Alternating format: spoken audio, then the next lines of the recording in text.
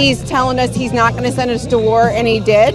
And we're trillions of dollars in debt, and now we're throwing more money at a war that we can't afford. It's Trump's war. It's not an American war. A happy No King's Day to every single American who still believes this is a republic, not a kingdom, except one man in the White House, sitting there, quiet, stewing in his own silence.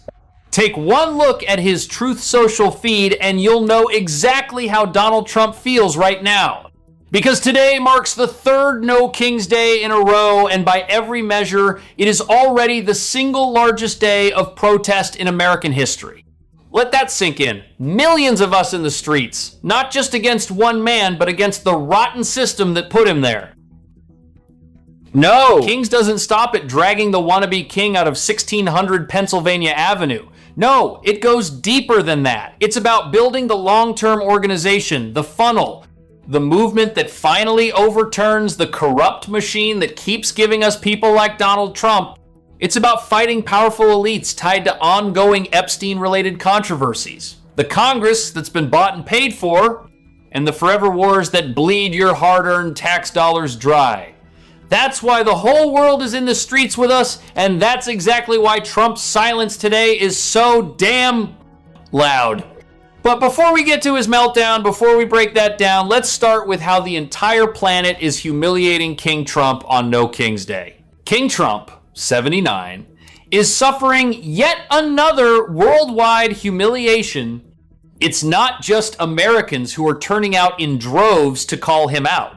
On Saturday, protesters around the world poured into the streets to join the No Kings rallies, as millions of Americans prepared for the third major wave of this powerful movement against Donald Trump. In Italy, France, Spain, Germany, the Netherlands, Greece, and Australia, people marched through the streets carrying signs that blasted the 9-year-old president and his war with Iran. In Rome, demonstrators held up a massive banner that read, "For a world free from war." In Berlin, a simple cardboard sign delivered a chilling message. No leader principle in the United States, a direct reference to the Nazi doctrine of absolute obedience to Hitler. Here at home, more than 3,000 No Kings protests were scheduled across the country. This marks the third time since Trump returned to office that Americans have taken to the streets in force, rallying against his heavy-handed immigration crackdown, the rapidly rising cost of living, and so much more. And of course, let's not forget the ongoing questions surrounding the Epstein files, because that story, it's not going away. This is why the world is rising up. Donald Trump's chaos doesn't stop at our borders. It's having a global impact, and it's going to take fundamental structural change to fix it. This isn't just about one corrupt 79-year-old. No, he's the symptom, the system that created him, the billionaires, the bot politicians, the war machine. That's the real sickness. And today, millions of Americans are finally saying, we're not treating the symptom anymore. We're curing the disease. That's exactly why you saw those signs in Berlin comparing Trump to the leader principle, a doctrine historically associated with authoritarian rule that our fathers and grandfathers fought against in World War. Think about that for a second. They didn't risk their lives so their grandchildren would watch a wannabe dictator start controversial wars and hide the Epstein files while gas prices crushed their fixed retirement income.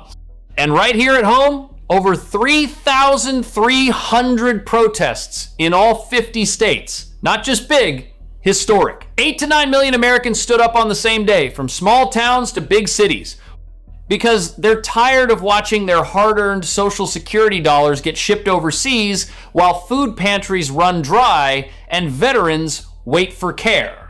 That's the broad coalition we're building on these No Kings Days. That's the movement. And that's why, before I show you how Trump is hiding on Truth Social, I want you to hear the voices of real Americans on the ground. Meanwhile, some people say they're estimating around $1 billion a day on this war. Absolutely. When you hear there's money for that, but you're begging for money here, how do you feel? There's money for that, but there's no money to extend the Affordable Care Act. There's no money to continue to feed the children. There's no money for WIC. There's no money for SNAP. SNAP is running out. There's no money, there's no more pantries, there's no more food resources, but we can fund a war.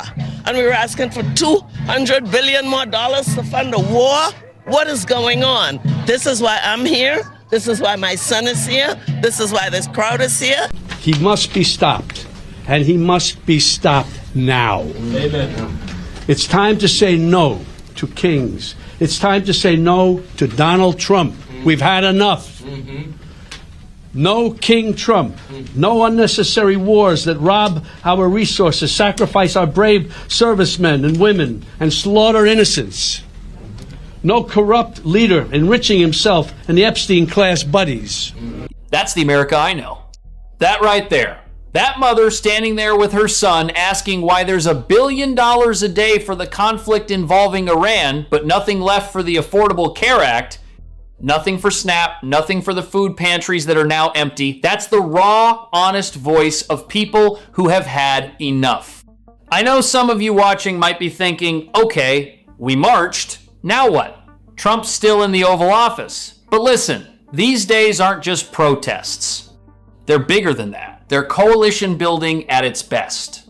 They're how we have a little fun while we deserve it. And most importantly, how we create the long-term organization that actually gets us out of this mess for good. It's not just one day. It was never just one day. It's not just one man. And Donald Trump knows it. He feels it. He's not happy. And this time, he's reacting very differently. Think about what that mother said. Really think about it. While she's begging for money to feed her kids and keep the lights on, Trump is asking Congress for another $200 billion to fund his war. That's your tax dollars, your retirement savings, your grandchildren's future being spent in overseas conflicts while raising concerns about the cost to American service members. That's the trade-off. This is the same playbook we saw in Vietnam, the same pattern, the same politicians getting rich while working families paid the price.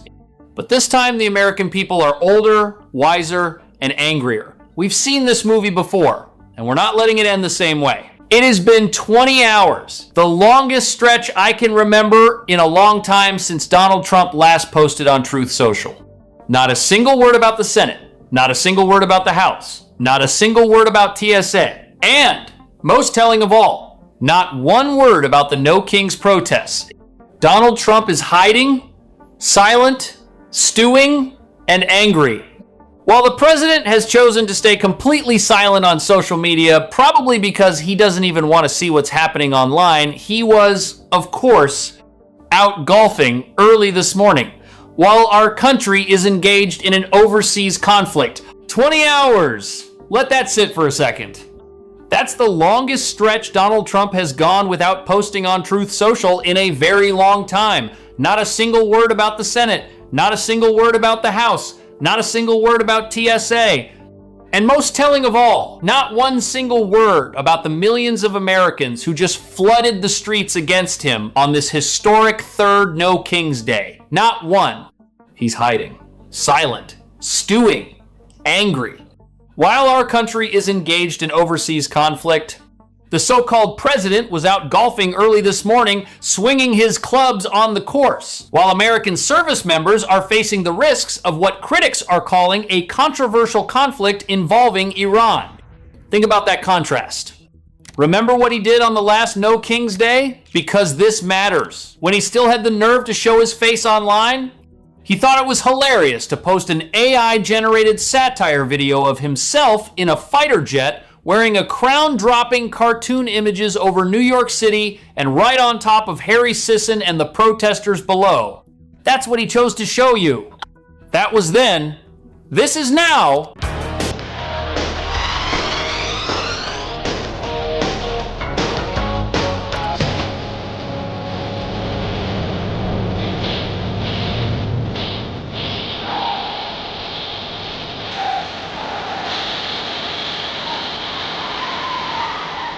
But today, total silence.